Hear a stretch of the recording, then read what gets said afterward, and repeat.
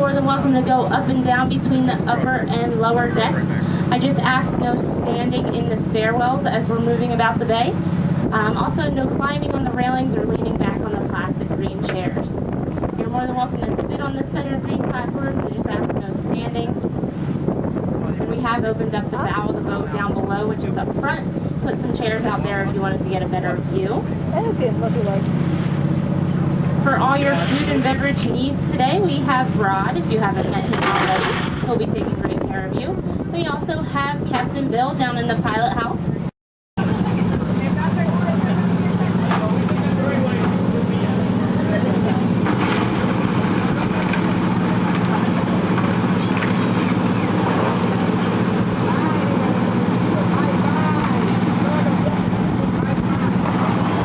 We are now in what is called the anchorage, or the mooring field, where a lot of folks like to tie up their boats.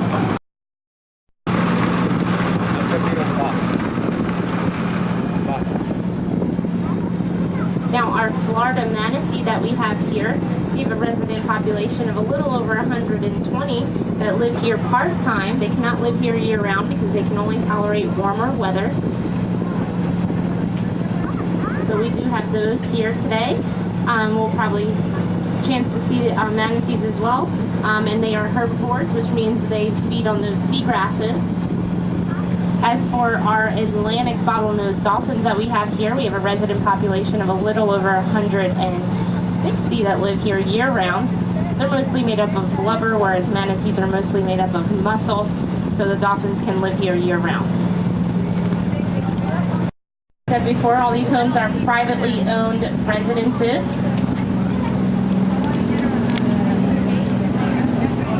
Lots of beautiful homes, sometimes old family money.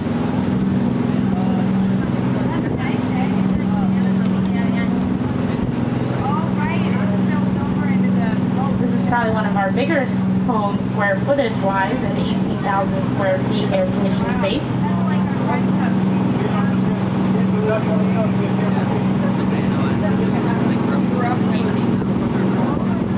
On the water.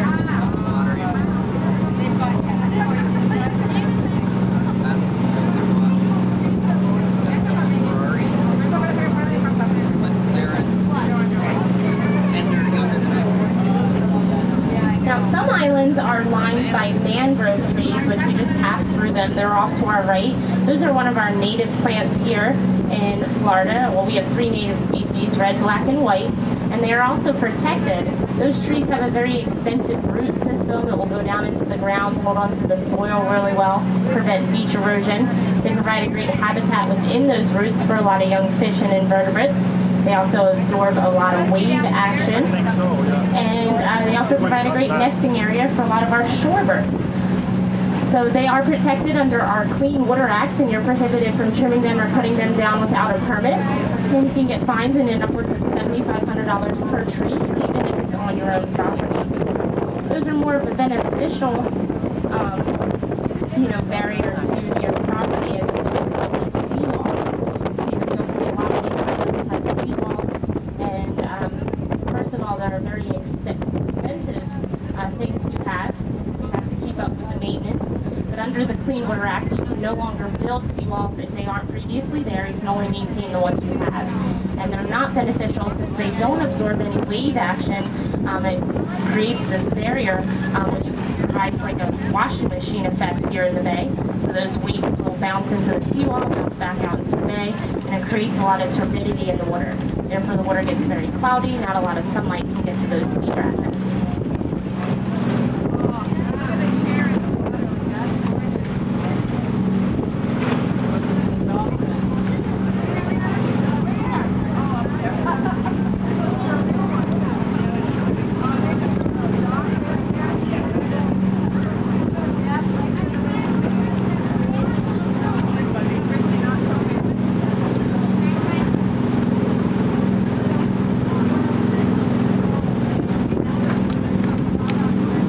Keep an eye out up ahead for our friend Diane and her dog Zorro. And Zorro's a good friend of ours, but you gotta make lots of noise and he'll run up and down the seawall.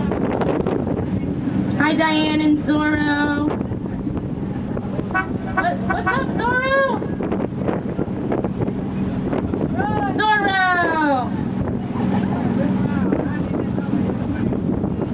Not much moving today. He'd rather play. Have a good day.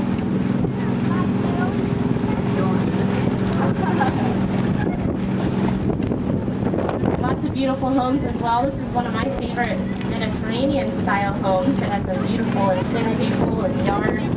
And one of those trees, the little tree out there in the middle of the yard, is a type of olive tree. One of those trees goes for about 10 grand each on average.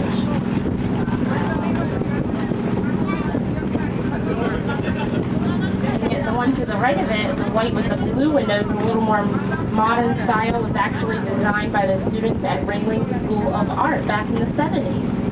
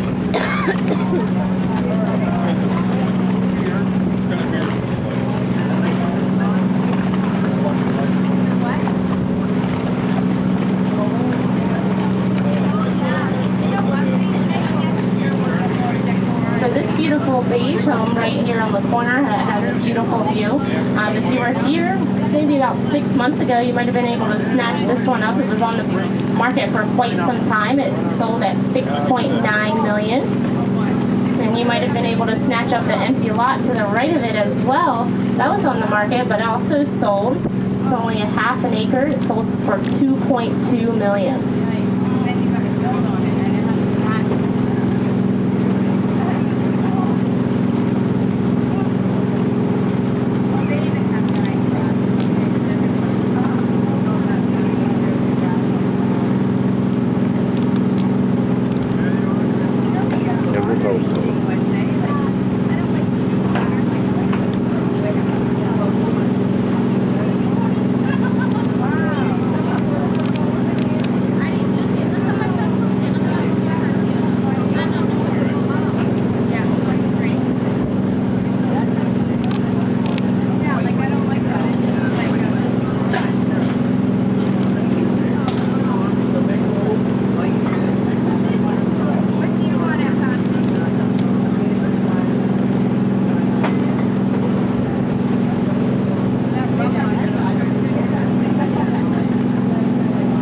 Another house that's been on the market for quite some time.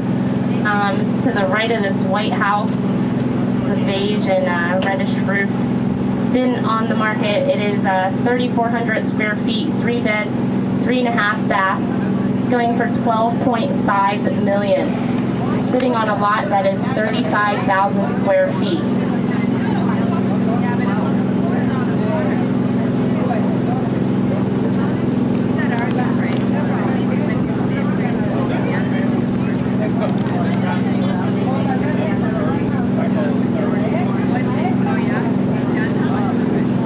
So this area out here is called Post Office Point, and it's because it's where the first post office stood here in Sarasota. And there's a little murder scandal story about the first postmaster, whose name was Charles Abbey. Charles Abbey was actually murdered by 9 men called the Vigilante Group. They actually went around murdering folks that they thought were selling plots of land to the Northerners here in Florida so they can come down and buy up all the land. And they finally found out what he was doing, but unfortunately Charles Abbey lost his life over that little scheme.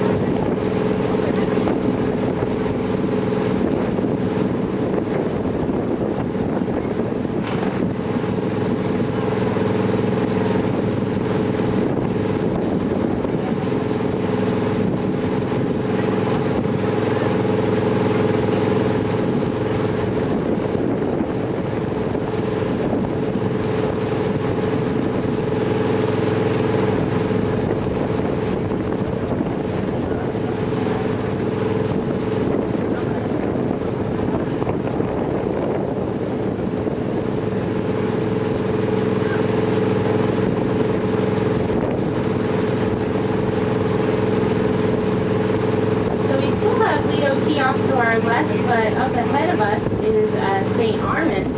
You guys are probably familiar with St. Armand's Circle. If you haven't been there yet, definitely check it out. It has lots of great shopping and dining. It's actually first designed by John Ringling himself.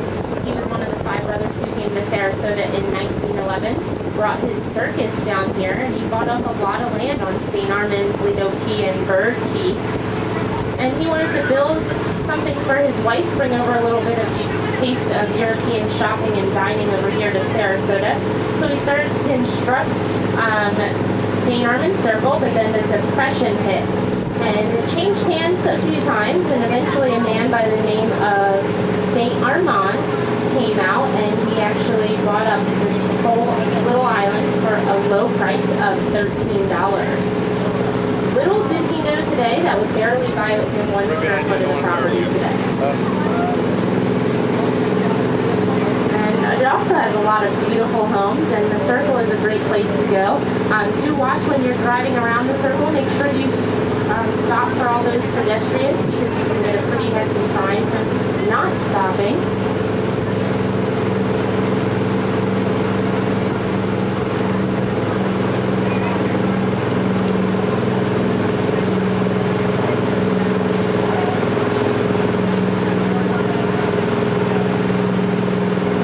You might have heard of terracotta roofs, but terracotta actually refers to the color of the roof and not what it's made of. A lot of folks around here actually choose to use ceramic instead of asphalt. It actually is a little more expensive, but wears a little bit better with the weather, well, with the weather that we have here.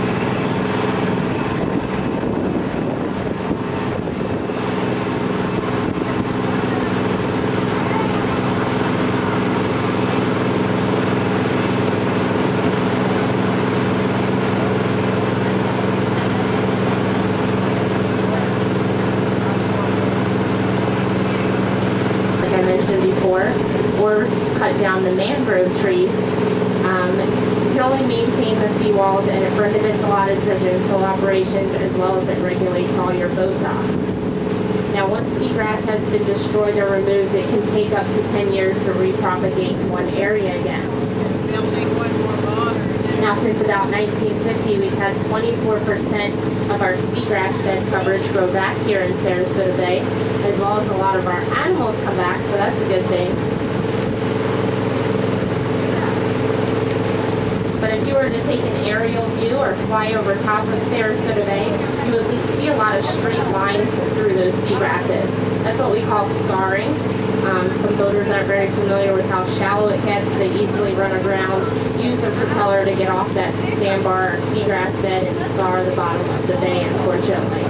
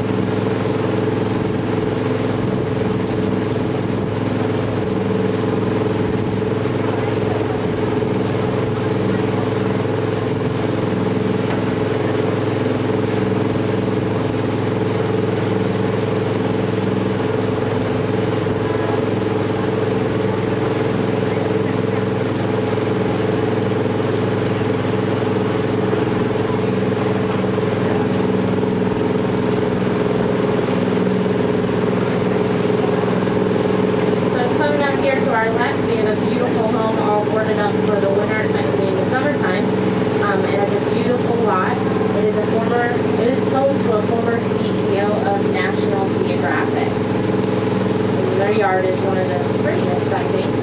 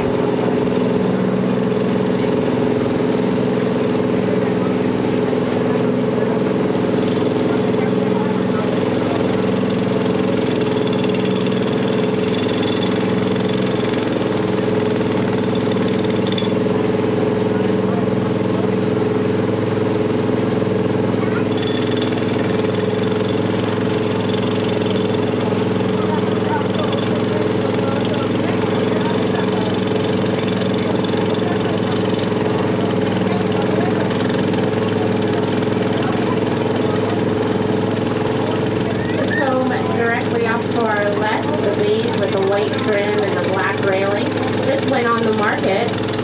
It is 4-bedroom, 5.5 bath, 5,000 square feet.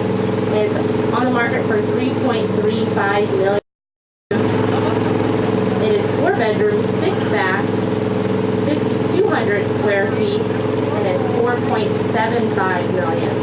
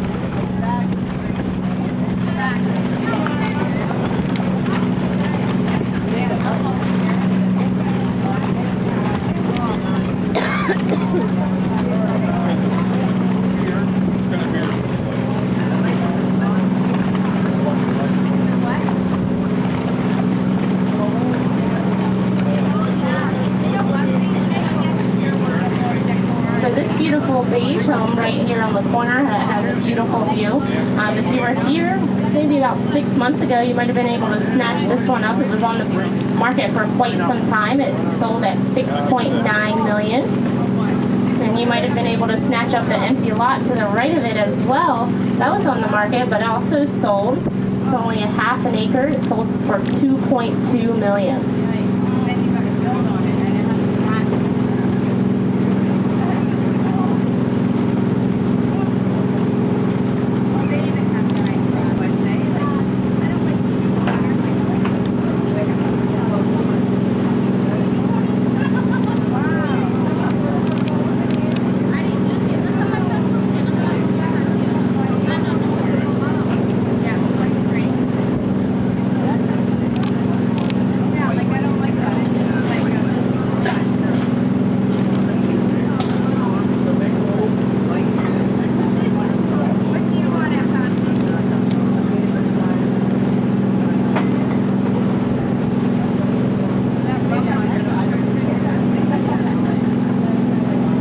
Another house that's been on the market for quite some time. It's to the right of this white house. It's the beige and reddish roof. It's been on the market. It is 3,400 square feet, 3 bed, 3.5 bath. It's going for $12.5 million. It's sitting on a lot that is 35,000 square feet.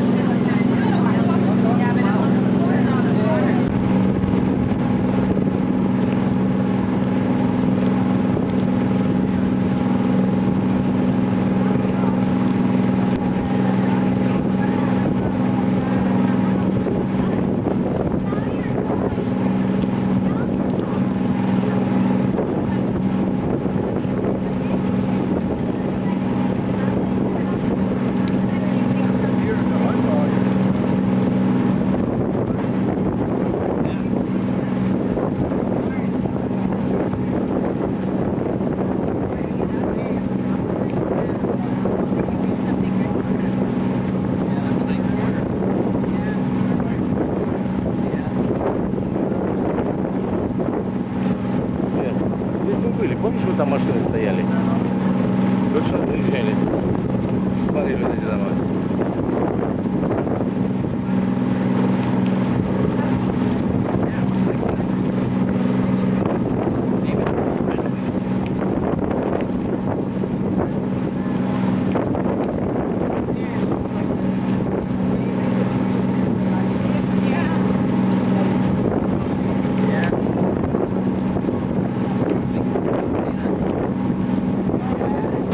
And they actually are more like a deciduous tree and not a conifer, very hardwood. And they have segmented leaves instead of pine needles. And those leaves, as well as their seeds, produce a natural herbicide once they start to decay, prevent a lot of native plants from growing in the area. They are trying to eradicate them here in the area. And I know Edwards Island is marked for restoration, but there's a little bit of a feud or controversy, as with anything you do, between the mainland and Siesta Key. One is a little more eco-friendly, and the others don't want to see their neighbors across the bay. So I guess the ones with more money win. So we do have Siesta Key off to our left. We're going to go back out underneath the bridge and go along the north end of Siesta Key.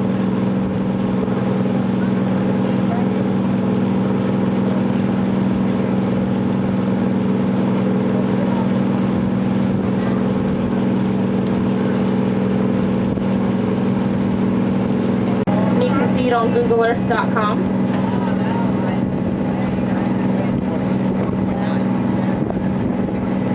Now back to the small house on the end. Everybody look in the upper left-hand corner, and right about now, wave hello.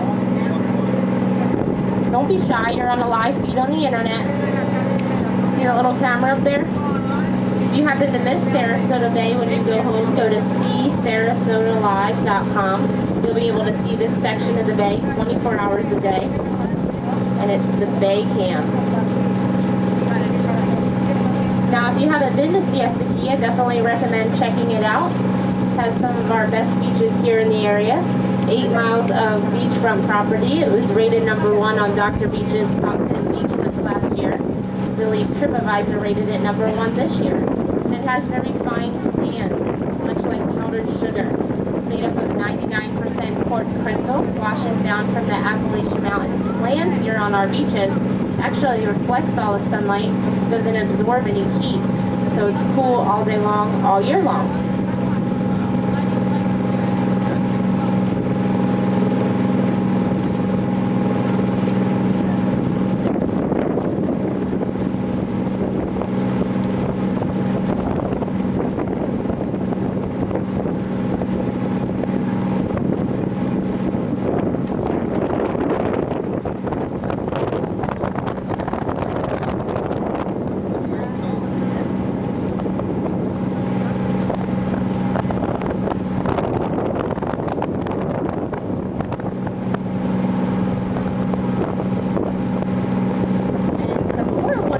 Property. This little house with the red and purple umbrellas, this white house off to our left, is on the market for $2.6 million. You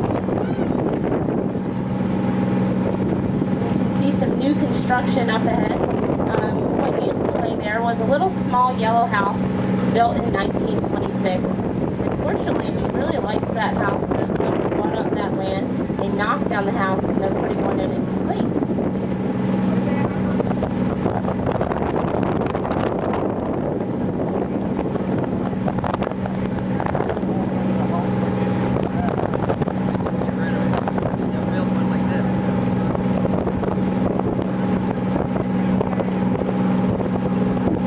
A lot of folks in Sarasota like different forms of art, and coming up this white square structure to our left is their moving picture frame of the day today.